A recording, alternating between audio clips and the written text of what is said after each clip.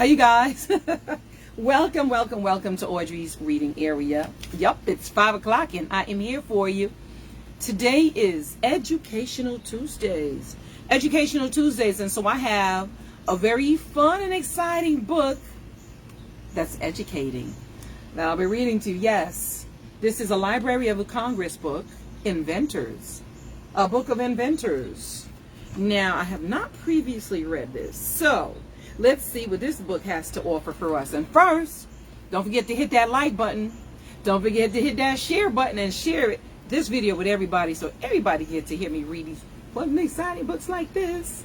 And when this video is done, go on over to YouTube and smash that subscribe button for me. Don't forget to punch, or as my little cousin Creative Bash said, we got a hammer, hammer that notification bell so you can be notified every time I upload a new video to YouTube on Audrey's reading area. All right. Now let's see what this book says. Yes, what adventures this book has for us. And this Inventors book talks about an inventive spirit. It says, and let you see the book while I'm reading it. As the year 1876 begins, the United States prepares to celebrate its 100th birthday. It is a time of rejoicing and great optimism. The last 100 years, writes the New York Herald, have been the most fruitful and most glorious period of equal length in the history of human race. So it talks about all sorts of let me go ahead and fix that up. Okay, it talks about the United States is about to enter a magical time in history. It talks about before the 20th century begins, products and devices created in the United States will improve ways of life throughout the world. A nation so proud of its statesmen and military figures will discover a brand new type of hero, the American inventor. Included in the extraordinary array of inventions will be machines and devices that will change the way people move about.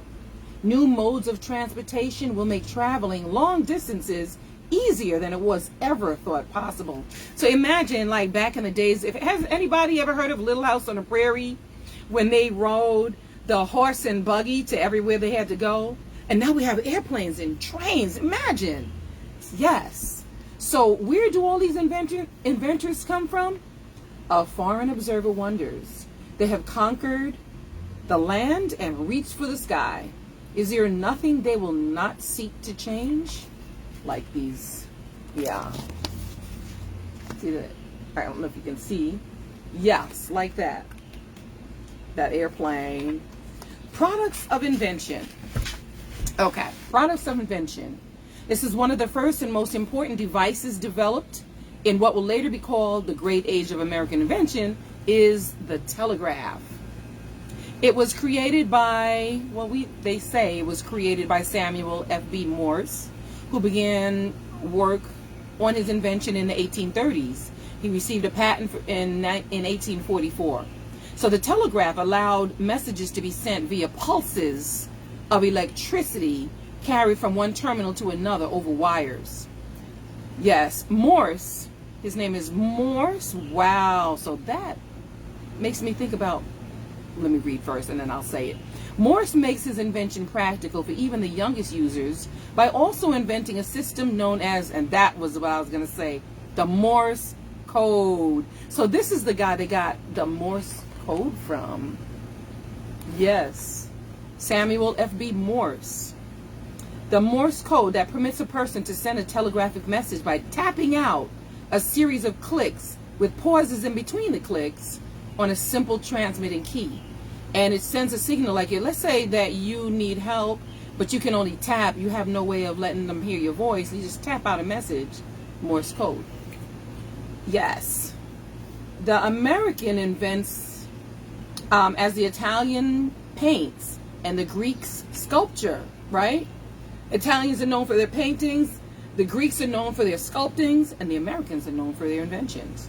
It's a genius. A foreign visitor to the United States exclaims, while the telegraph becomes known worldwide, work was being carried out on scores of other inventions, including the rotary press, the typewriter, the vulcanization of rubber, and dozens of farm implements. Yes. So, let you see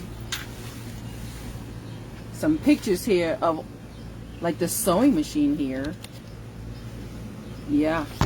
See the sewing machine here and here? Yeah. It says, let's see, because I know this book is really long, so I know you're not going to want to hear every single thing. Oh, did I read to you that the writer of this book is Martin W. Sandler, a Library of Congress book, Inventors, by Martin B. Sandler, and it's affiliated with Chick-fil-A somehow. Growing kids inside and out. All right. So some 5 years later, well, let me go back and read about the, in 1846, a major breakthrough takes place when Elias Howe introduces the world's first sewing machine. And it's an invention destined to make the age-old task of sewing by hand easier for people everywhere. So some 5 years later, Elias Howe introduces his sewing machine. Isaac Singer receives a patent for a slightly different model. I know you guys are familiar with the name Singer. Yes. So that's where the sewing machines, the Singer sewing machines, come from. Singer is one of the first inventors to understand the importance of aggressively advertising a product.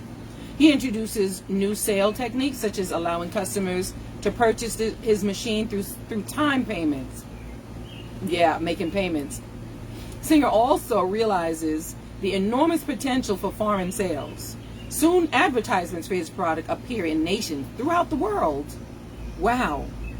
Soon, another product is invented that will have great impact, particularly for countless office workers.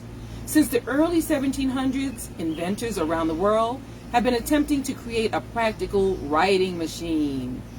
I wonder what that's called, huh? Success is finally achieved in the late 1860s by Christopher Sholes, a Milwaukee newspaper publisher and politician turned inventor. He solves the jamming problem that has plagued all previous models.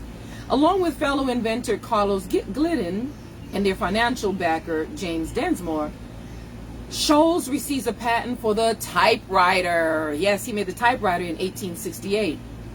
Densmore then sells the manufacturing and distributing rights to the machine to E. Remington and Sons, one of the nation's largest makers of firearms. By the mid-1880s, the Remington typewriter is found in most American offices. So let's show you this and show you this. So the sewing machines again. Interesting. Oh yeah. Good job listening, you guys. So it says, world's greatest inventor. I'm not sure how accurate this is. However, it says Thomas Edison. This is a picture of, supposed picture of Thomas Edison with a dictaphone. A dictaphone. In the same year that Christopher Sholes and his colleagues received a patent for the typewriter, the man who will become the greatest inventor of the world, allegedly, has ever known bursts upon the scene.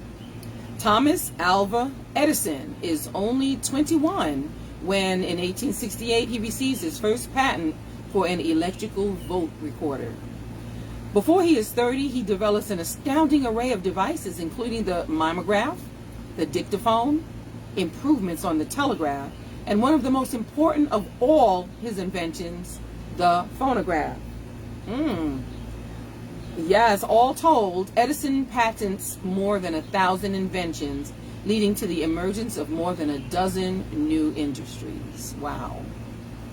Now, with the money he made from his early inventions, Edison established an inventory factory at Menlo Park, New Jersey, known as the Wizard of Menlo Park. Edison, along with other inventors and mechanics he hires, produces an average of one patentable device every 2 weeks. Wow! Every 2 weeks they patented another thing that they invented. These devices include inventions that will help in the development of the telegraph, the radio, the television.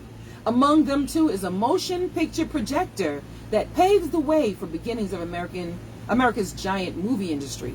Wow. So he started what the filming of movies on that, they called it the motion picture projector. I think they turned it with their hand, but now they have, you know, digital stuff, and you just hold it and press a button to record. Yes, sometimes they might have to move the lens.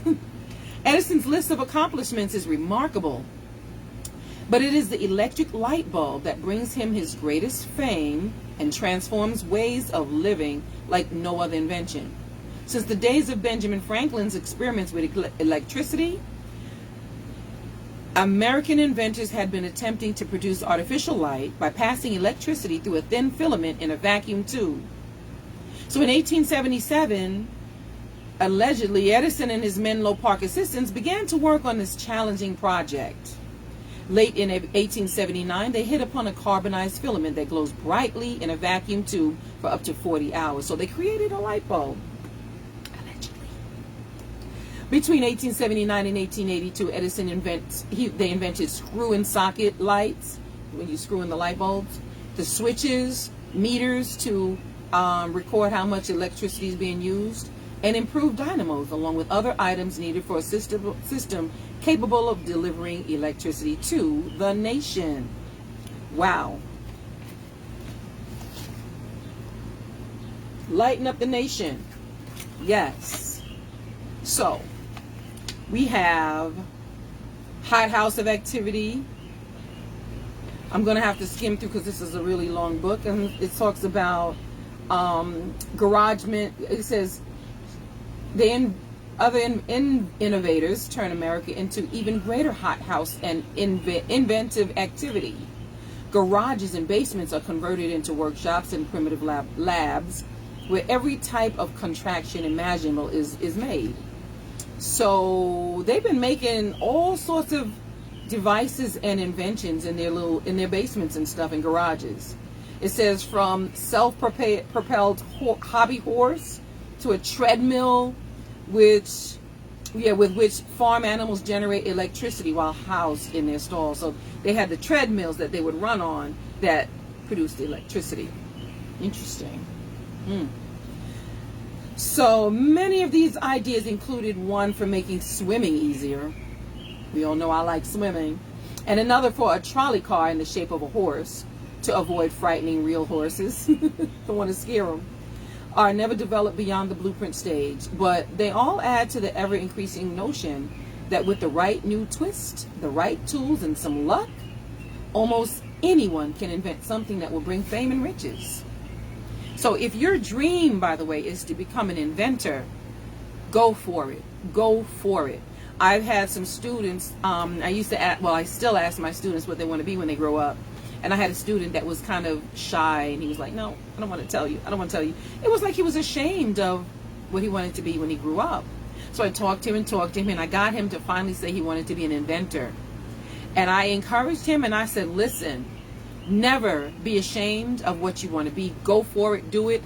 And I told him about a friend of mine who has a neighbor that invented something and was given $5 million for it. And his eyes grew wide, like, what? I said, yes, being an inventor is a good thing.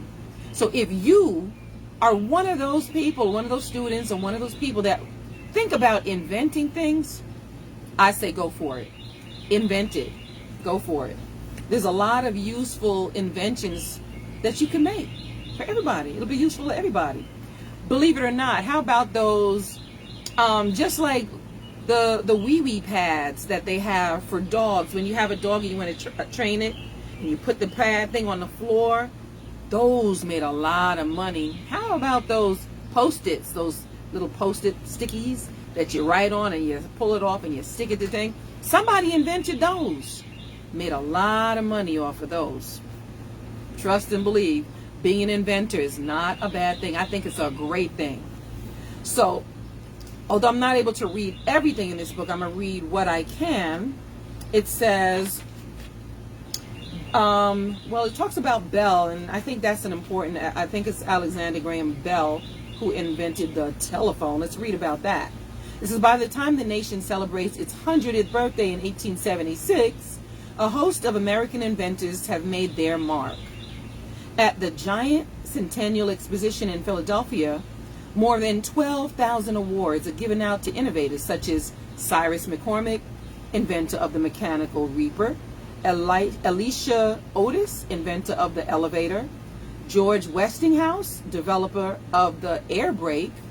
One of the most popular individuals at the exposition as an inventor named Alexander Graham Bell, who introduces a new device that he called the telephone. The telephone. Yes. Bell's invention of the telephone stems from his conviction that with the right transmitter in place, soon could be carried over wires by a continuous electric current varying in intensity. Imagine that. Like, we were at home on these home phones with the wires that you plug into the walls. Now we have cell phones. Now we have cell phones. We have, progressed so much more since he invented the telephone. Wow. So it talks about in June of 1875, after years of experimentation, Bell and his assistant Thomas A. Watson come up with a transmitter that worked. The telephone is an immediate sensation, a giant step beyond the telegraph. In that it transmits speech. Instead of those little beep, beep, beeps, you could actually hear someone's voice. Wow. That, I know that's like nothing to you guys right now because you guys got your cell phones. You can walk around, no wires, drive in your car, talk through your car. I know it's no big deal to you guys, but in the beginning, this is how it was. It was a big deal to have a telephone, a wired telephone that you plug into your wall at home. And yes, it was rotary. You had to dial it, put your finger in the number that you wanted and spin it all the way around and let it go. Yes, I have to tell you because I know y'all don't know. I know. I've seen some of you try. So it says it was an immediate sensation. And it, more importantly, whereas the telegraph provides communication from one telegraph office to another, the telephone allows people to talk to each other in their own homes and businesses. Yeah, 10 years later, the number rose to 7.6 million because it started off at 1 million and some change. So eventually telephone wires in many cities are buried under the ground if you have like a landline. But well into the 20th century, they provide visible testimony to the world's largest and greatest inventions. So let's move on to the inventors and scientists who leave their mark in America come from every segment of the nation's population. A number of these inventors are African Americans. I would say, take a guess and say most of them are probably African American, but that's just my opinion. In the 1870s, Elijah McCoy perfects a device for lubricating machinery that improves manufacturing efficiency around the world. In the 1880s, Jan E. Metzeliger develops a machine for mass-producing shoes that revolutionizes the industry. The roster of African American inventors come to include Lewis H. Latimer, who introduced one of the world's first incandescent lamps. Granville T. Woods, who produces a score of inventions, that he improved the electric railway. A.J. Baird, who in 1897 introduced an improved car coupler that makes railroad travel safer and more efficient. Railroad travel, that kind of reminds me of trains. Railroad travel, yes.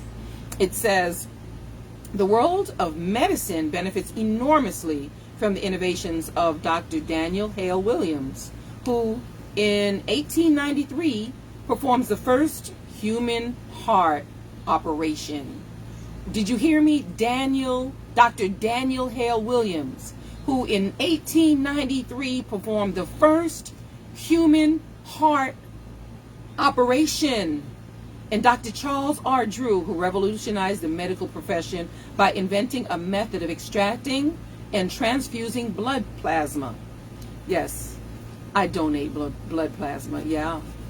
Yes, the most renowned of all African American inventors and scientists is George Washington Carver, who revitalized agriculture in the South by proving that the planting of peanuts can replenish worn-out soil.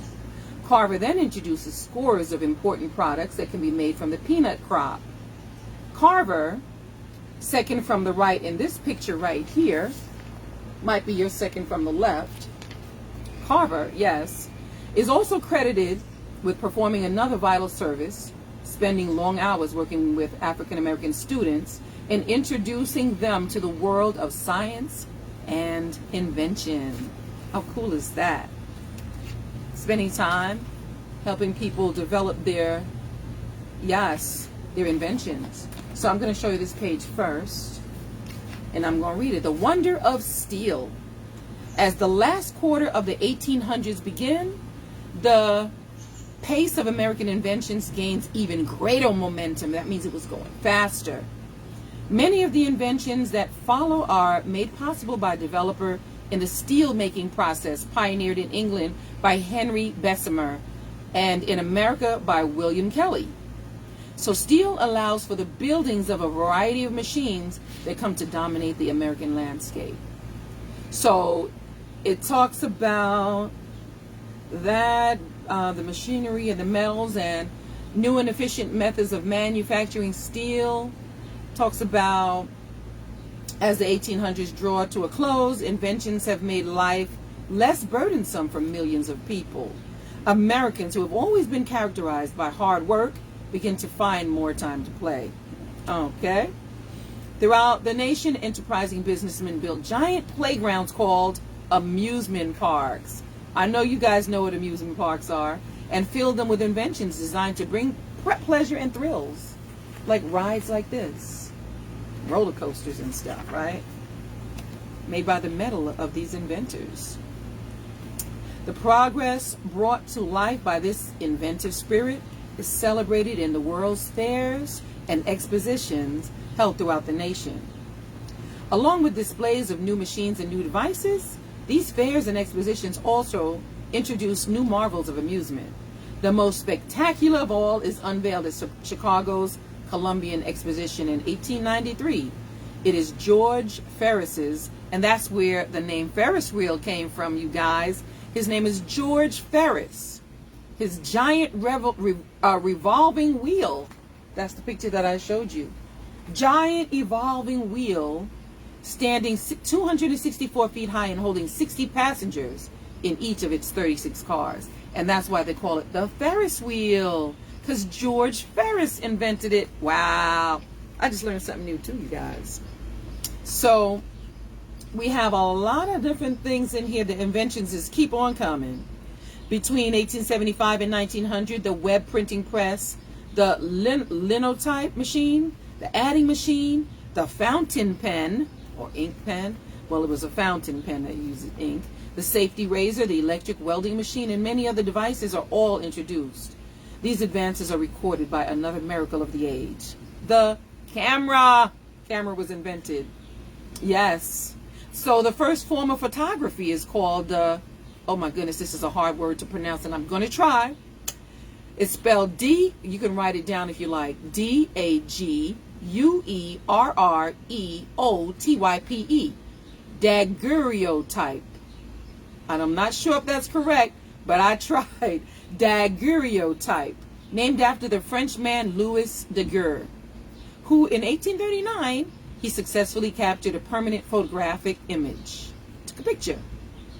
Although the daguerreotype is a one-of-a-kind positive image that cannot be reproduced, it causes a sensation. It's an enormous hit in America, where people from all walks of life experience the ordeal of sitting motionless,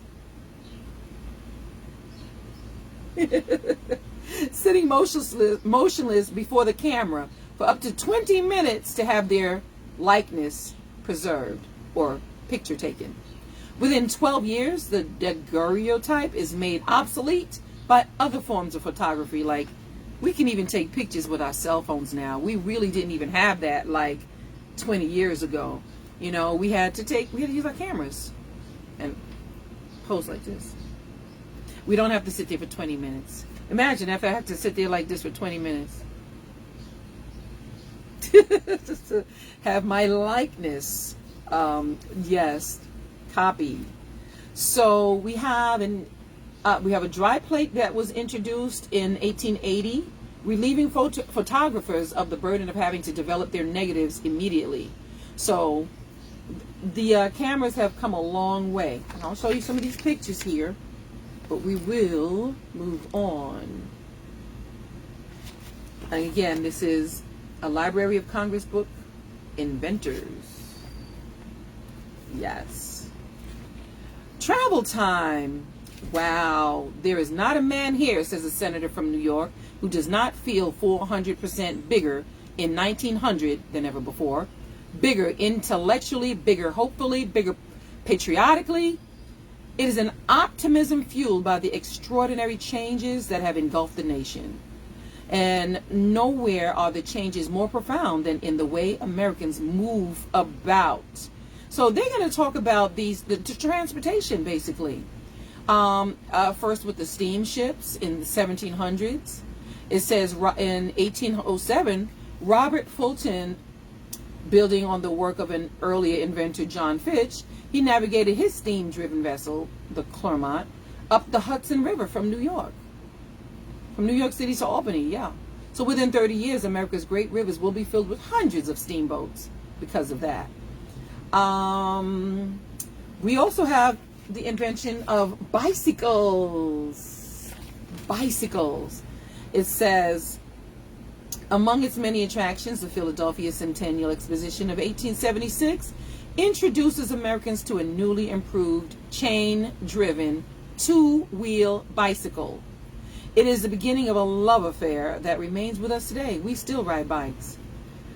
So it says by the mid-1890s, over 500 American factories are turning out bikes.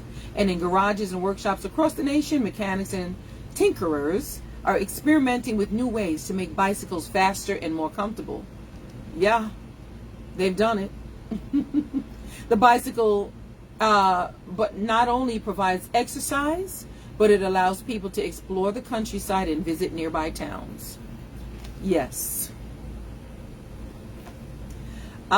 Skipping through, you guys, so you can check it out here if you want to. Skipping through a little bit due to time, and I apologize. We have in 1888 a major breakthrough is made. A former employee of Thomas Alva Edison's, named Frank Sprague, he began operating the nation's first electric trolley system in Richmond, Virginia. Wow, I didn't know the first one was in Richmond, Virginia. Okay. Within 7 years, there will be over 10,000 miles of trolley tracks laid in American cities. Interesting. Here are some pictures. See the trolley? Yes. All aboard. They're talking about the steamship, bicycle, the trolley. Talking about the trains now. The development of the railroad train begins in America in 1825. An inventor named John Stevens built a steam-driven locomotive and runs it on a circular track in Hoboken, New Jersey. 4 years later, a canal engineer, Horatio Allen, he successfully drove his steam locomotive, the Sturbridge Lion, along a 16-mile track in northern Pennsylvania. In 1831, America's first passenger train, the DeWitt Clinton, made its initial run between Albany and Schenectady, New York, on the newly formed Mohawk and Hudson Railway. Like others of the earliest trains, the DeWitt Clinton pulls its passengers along in cars made from stagecoach bodies. Because I know you guys remember stagecoaches, right? Pulled by horses. So this is the body of what the train looked like at first. Looked like stagecoaches. Interesting. Progress. By 1898, nearly half the railroad mileage in the entire world is found in the United States, along with millions of passengers. Yeah, we ride the train all the time. It's like no big deal to us now, right? But it was a big deal when it was invented. It was a big deal. Google it. You can Google it. Automobiles, cars. We call them cars. They say automobiles. Yes. Those who are convinced that the train is the ultimate machine have not learned the lessons of the age in which they live. Yes, because in the early 1900s, a whole new type of transportation emerged. Unlikely the trolley or the train. It's not like the trolley or the train. It's not tied to tracks, and you can drive it almost anywhere. Those who have taken the bicycle, the trolley, and the train to their hearts' content are about to begin their greatest love affair of all with the automobile or the car. Yes. So, of course, we're going to talk about Henry Ford in here, right? Like so many other inventors, the automobile is the result of the experimentation of countless tinkerers, mechanics, and serious innovators. But it is one man, Henry Ford, who gains the greatest wealth and glory, and who is responsible for putting millions of people behind the wheel of an automobile or a car. Yes. It says, the automobile that makes Henry Ford both rich and famous is named the Model T. The factory where he first produces his car in 1909 employs a system of mechanical conveyors invented years earlier by Olivia Evans. Another feature of this manufacturing process is the use of mass-produced interchangeable parts. That means if something breaks down, they'll have other parts to replace it. You can take it out and put another one in. Things weren't made back like that way back in the days. And it says the mass-produced interchangeable parts is an innovation first developed by the early American inventor Eli Whitney. Ford's assembly line production system enables him to produce more automobiles in 1914 than all his competitors combined. By 1927, some 15 million Model Ts have poured out of Ford factories. The efficiency of Ford's manufacturing approach also allows him to continually reproduce the price of his cars from $780 in 1910 to $360 in 1916 to $290 in 1924. Interesting. So the automobile is more quickly embraced than any other previous invention. We know that because we want to get places fast. And within a few years of its introduction, it changes habits everywhere. Young men and women hoping to spend some time alone find the automobile the perfect vehicle in which to carry out their courtship. City dwellers make the Sunday drive in the country a family ritual. We do get in our cars and drive places, don't we? The invention of the automobile leads to the establishment of dozens of new businesses, such as tire companies, because you need tires on your car, gas stations, because we got to put gas in it to go, repair garages, because things break down and they got to be fixed, and motels. It leads also to a brand new pastime, automobile racing. I won't talk about how I used to race cars. We won't bring that up in here, right? We won't talk about that. For Americans who have always been in love with speed and daring, automobile racing is the perfect sport. Race courses, appropriately named speedways, are built throughout the nation, attracting millions of spectators who cheer wildly for their favorite car and favorite drivers. And this is what it looked like back in the days, racing those cars back in the days. Yes. Visions of flight. We're going to talk about, wow, inventing the airplanes, right? Because we're talking about transportation. Yes, the automobile was great. Now we're talking about the airplanes. It says, but the 1890s, there are men like Felix du Temple and Clement Ader in France, Sir Hiram Maxim in England, Otto Lilienthal in Germany, and Samuel Langley in the United States, who through experiments with balloons, wind tunnels, and gliders, push humankind to the height of aeronautical success. They have a lot of failed attempts. Yeah, failed attempts at trying to fly airplanes. The failed attempts of early aeronautical pioneers bring jeers and laughter from onlookers. But December 17, 1903, two bicycle makers from Dayton, Ohio, brothers Orville and Wilbur Wright, stunned the world. On the sands of Kitty Hawk, North Carolina, Orville controls their primitive airplane as it rises into the air, flies against the wind for 12 seconds, and it lands 120 feet from the spot from which it launched, from which it took off, 120 feet. Imagine. People stop laughing, huh? It is the first flight in history in which a machine carrying a man has raised itself by its own power, flown under control, and landed at an elevation high as its point of departure. To prove that their achievement is no fluke, the Wright brothers, with Wilbur as pilot, make 3 more successful flights on that same day.